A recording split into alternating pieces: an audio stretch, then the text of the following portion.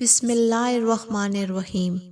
شروع اللہ کے پاک نام سے جو بڑا مہربان نہایت رحم کرنے والا ہے۔ معزز سامعین، السلام علیکم۔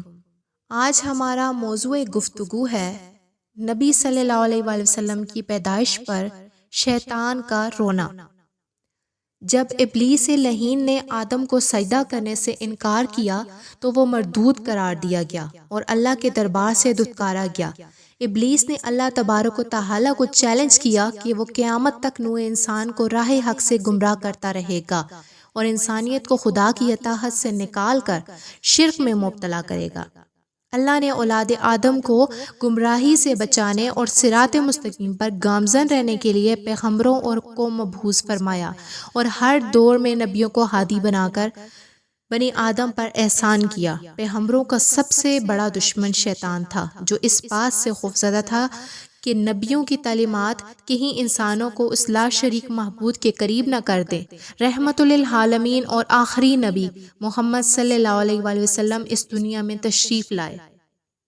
وہ دن ابلیس کے لیے سب سے زیادہ گراں اور سخت تھا، کیونکہ آپ صلی اللہ علیہ وسلم کی مبارک ذات کی برکت سے بنی نوع انسان کو ہدایت ملنے والی تھی، جو ابلیس کی سب سے بڑی ناکامی تھی۔ علامہ ابن کثیر البدایہ میں لکھتے ہیں کہ ابلیس 4 بار بلند آواز سے رویا۔ پہلی بار جب اللہ تعالیٰ نے اسے لعین بنا کر اس پر لعنت فرمائی، دوسری بار جب اسے آسمان سے زمین پر پھینکا گیا، تیسری بار جب نبی کریم صلی اللہ علیہ وسلم کی ولادت ہوئی، اور چوتھی بار سورہ فاتحہ نازل ہوئی۔ ابن حاتی اپنی تفسیر میں حضرت اکرمہ سے روایت کرتے ہیں کہ آپ صلی اللہ علیہ وسلم کی ولادت کی وجہ سے روئے زمین نور سے منور ہو گئی۔ ابلیس نے کہا، آج ایسا بچہ پیدا ہوا ہے جو ہمارا معاملہ خراب کر دے گا، تو اس کے ایک سپاہی نے کہا، تم جاؤ اور اس بچے کی عقل میں خامی پیدا کرو۔ چنانچہ ابلیس آیا، مگر جب نبی کریم صلی اللہ علیہ وسلم سے قریب ہوا تو حضرت جبرائیل علیہ السلام نے اسے ایک لات ماری اور وہ عدن میں جا گرا۔